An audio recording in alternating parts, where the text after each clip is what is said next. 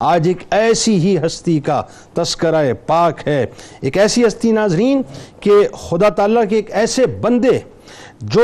یعنی ظاہر ہے جن کو اللہ تبارک و تعالیٰ نے بے انتہا رفتوں سے، بے انتہا سعادتوں سے نوازا، جن کو دنیا سر جھکا کر حضرت خواجہ ابو الحسن خرقانی رحمۃ اللہ علیہ کے نام سے پکارتی ہے۔ آج ان کے غلاموں کے رجسٹر میں انشاءاللہ ہم اپنا نام بھی شامل کروائیں گے۔ بات یہ ناظرین کہ خدا تعالیٰ کے ایسے بندے بھی ہیں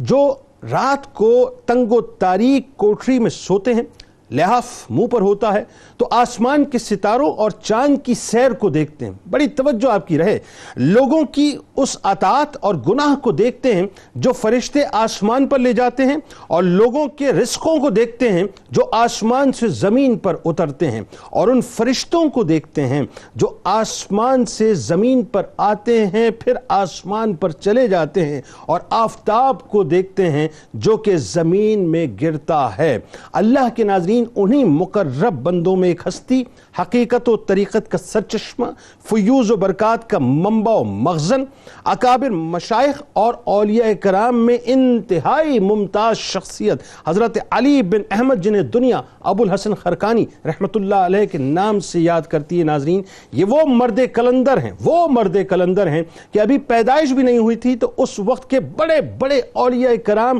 پیش گوئیاں کرتے تھے کہ ابھی ایک ایسا نوری شخص آنے والا ہے جس کی قدر و منزلت ہم سے کئی مرتبہ زیادہ ہوگی۔ حضرت بایزید بستامی رحمۃ اللہ علیہ جو اپنے وقت کے تمام اولیاء کرام میں انتہائی نمایاں، اور آپ کے متعلق یعنی جن کے متعلق حضرت جنید بغدادی رحمۃ اللہ علیہ کا قول مبارک ہے کہ حضرت بایزید بستامی رحمۃ اللہ علیہ کو اولیاء کرام میں وہی اعزاز حاصل ہے جو حضرت جبرائیل علیہ السلام کو ملائکہ میں ہے، اور مقام توحید میں تمام بزرگوں کی انتہا آپ رحمت اللہ علیہ کی ابتدا ہے۔ انہی حضرت بایزید بستامی رحمت اللہ علیہ نے نہ صرف ابو الحسن خرقانی رحمت اللہ علیہ کی آمد کی بشارت سنائی، بلکہ آپ رحمت اللہ علیہ پر حضرت بایزید بستامی رحمت اللہ علیہ کی خاص نظر عنایت بھی تھی کہ پردہ فرمانے کے بعد بھی روحانی طور پر آپ کو تیار کیا، یعنی حضرت ابو الحسن خرقانی رحمت اللہ علیہ کو باطنی فیض آپ نے عطا فرمایا، اور پھر اسی بستامی فیض کو اویسی رنگ کے ساتھ آپ نے تمام جہانوں میں عام کیا۔ حضرت خواجہ ابو الحسن خرقانی رحمت اللہ علیہ کو بچپن سے ہی اولیاء کرام سے انتہائی قلبی محبت، علم دین سے گہری وابستگی اور سلوک و احسان سے بے حد شغف تھا، اور آپ اپنی خداداد صلاحیتوں کی بدولت کسب علم، علوم و شریعت اور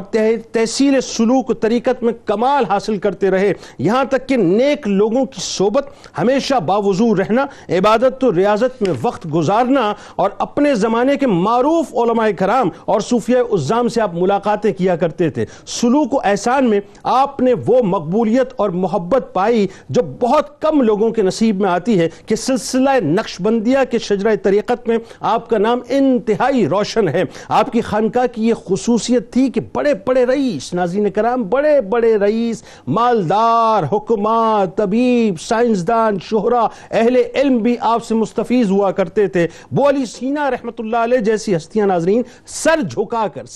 کر آپ رحمت اللہ علیہ کی بارگاہ سے فیض یاب ہوا کرتی تھیں۔ آپ رحمت اللہ علیہ مشائخ کے سردار، اوتاد و ابدال کے کتب اور اہل طریقت و حقیقت کے پیشوا تھے۔ توحید و معرفت میں کمال درجے پر فائز تھے، یعنی اللہ نے آپ کو بے انتہا ممتاز رکھا۔ ان کے شب و روز ریاضت و مجاہدے میں اور حضوری میں اور مشاہدے میں گزرا کرتے تھے۔ آپ رحمت اللہ علیہ کے زہد و عبادت، تقوی و پرہیزگاری اور سلوک و معرفت کے پیش نظر ہی حضرت شیخ ابو العباس قصاب رحمت اللہ علیہ نے فرمایا تھا کہ ہمارے بعد ہمارا بازار ابو الحسن خرقانی رحمت اللہ علیہ سنبھالیں گے۔ وقت کے بادشاہ بھی آپ کی خانقاہ کے خوشہ چین تھے، لیکن آپ ایک خوددار شخصیت کے حامل تھے، کسی کو خاطر میں نہیں لاتے تھے اور کسی سے کوئی لالچ نہیں رکھتے تھے۔